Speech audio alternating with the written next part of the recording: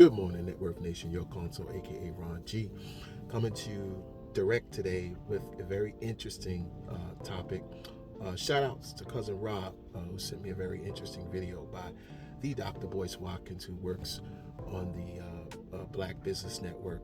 Finances is his MO. And he sent an interesting video which talks about the retirement crisis, and I thought that was very interesting. As Rob does know, I am in that place and space. And one of the things I thought was very interesting was the IQ test that he said was performed. And of course, the higher creme of the creme income earning people were the ones who pretty much aced the test. People who were retired already, they kind of aced the test. But the people that were still on the grind, they didn't do too well on the exam. Just a little test to see what they know about retirement. And so again, the baby boomers that's coming into it, you would think there would be a lot of things that they would know. And one of the things that I thought I would tie into that concept in that video, which I thought was very powerful, is that there is too much of a sense of a lack of awareness with how retirement income is computed. And so a lot of times when I'm sitting with my clients, I have my calculator, I break my calculator out, and they're like, I know it takes like the top 5 or 10 or whatever your top 5 highest earning years. And I'm like, absolutely, it does. Social Security does that. Most pensions do that. And we sit down and we start to pop.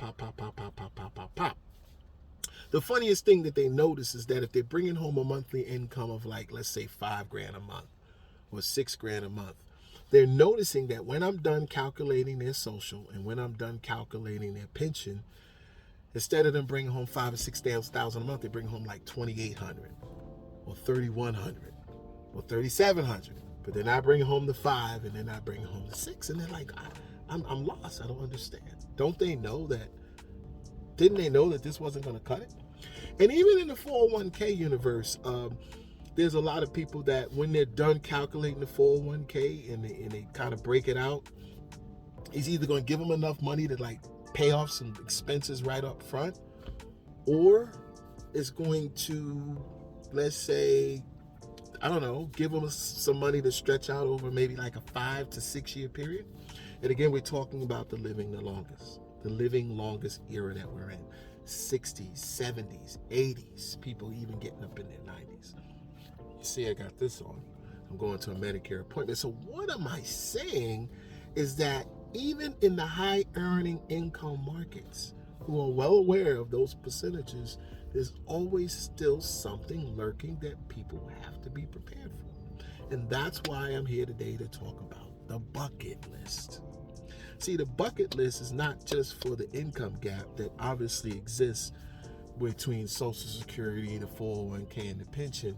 We realize now that we have to have more tools in our bags in order to make up the income gap.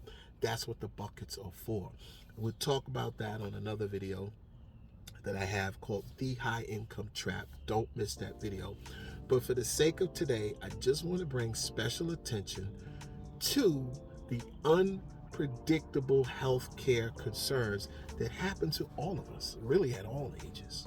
And what that means is that the other percentage that I want to leave with you today before I let you go is that Medicare also only pays a portion of your medical expenses. Now, while it may be a lion's share portion, if I leave out 10%, it's not so bad when I tell you I'm going to pay 90% of all your expenses for your health care when your health care bill is $100. But if your health care bill is $10,000 or $40,000 or $50,000, and you say, what is that? MRIs, scans, if you're doing any kind of chemo or anything dealing with the heart or any of these types of things, you get my drift. You've seen those paperworks where it says this is not a bill, and you're like, whew, thank God it isn't, when it's 15, 20, 25, 30,000 in expenses that your carrier covered. When you're in the working class world and all you pay is a small little fee. But when you're in this space and you're only paying 90, and they're only covering 90% or 80%, where is that gap being covered? Exactly. Now you're dipping into your savings bucket and you're taking money out to expend for healthcare, unexpected expenses. So, hope this helps, guys. Once again, Ron G, the Net Worth Nation. Peace. Let's talk soon.